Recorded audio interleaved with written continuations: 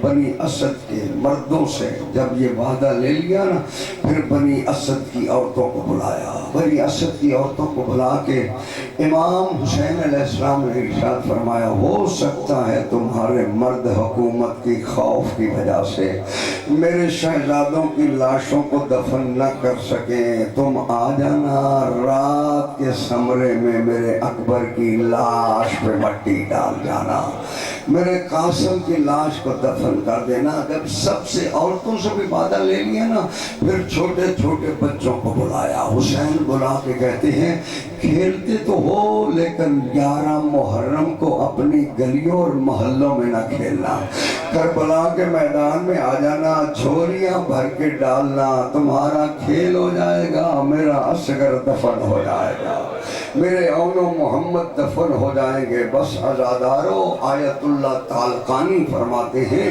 کہ ایک مرتبہ میں زیارت امام حسین کے لیے گیا اور میں زیارت کرتے کرتے وہاں پڑھتے پڑھتے میری آنکھ لگ گئی، جب میری آنکھ لگی تو اتنے میں حسین ابن علی اٹھے، دیکھ کے فرماتے ہیں حسین ابن علی کہ تعلقانی اٹھو، میرا نانا آ رہا ہے، میں نانا کے استقبال کے لیے جا رہا ہوں۔ حسین اٹھے، نانا کا استقبال کیا، پھر کہا کہ میرا بابا علی آ رہا ہے، پھر بابے کے استقبال کے لیے اٹھے، پھر ماں زہرا کے استقبال کے لیے اٹھے۔ جب سب کے استقبال کے لیے اٹھ گئے نا، اس کے بعد میں نے دیکھا، فرمایا اکبر اٹھو، عباس اٹھو، وہ شام کی ملکہ آ رہی ہے، اٹھو ثانیہ زہرا کا استقبال کرو۔ جب کہا نا اٹھو، میں نے سوال کیا جبنا رسول اللہ، آپ نے نانا کی تعظیم کی ہے، آپ نے بھائی حسن کی تعظیم کی ہے، ماں زہرا کی تعظیم کی ہے، جس نے اپنی نسل تم پہ قربان کی ہے، اس کے لیے اکبر کو بھیجا ہے۔ کہا جب سے یہ میری سرزمین پر اجڑی ہے تو اس کے سامنے آتے ہوئے حسین کو بھی شرم آتی ہے۔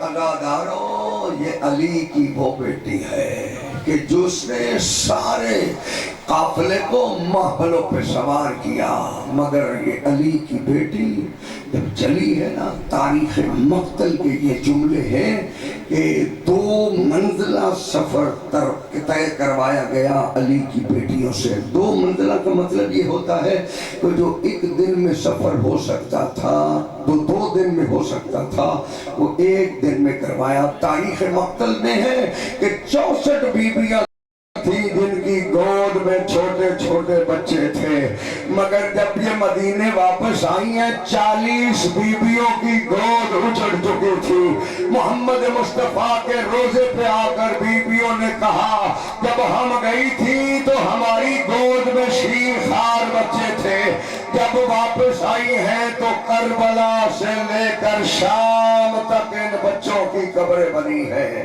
اللہ لعنت اللہ علی قوم الظالمین. فسیعلم الذین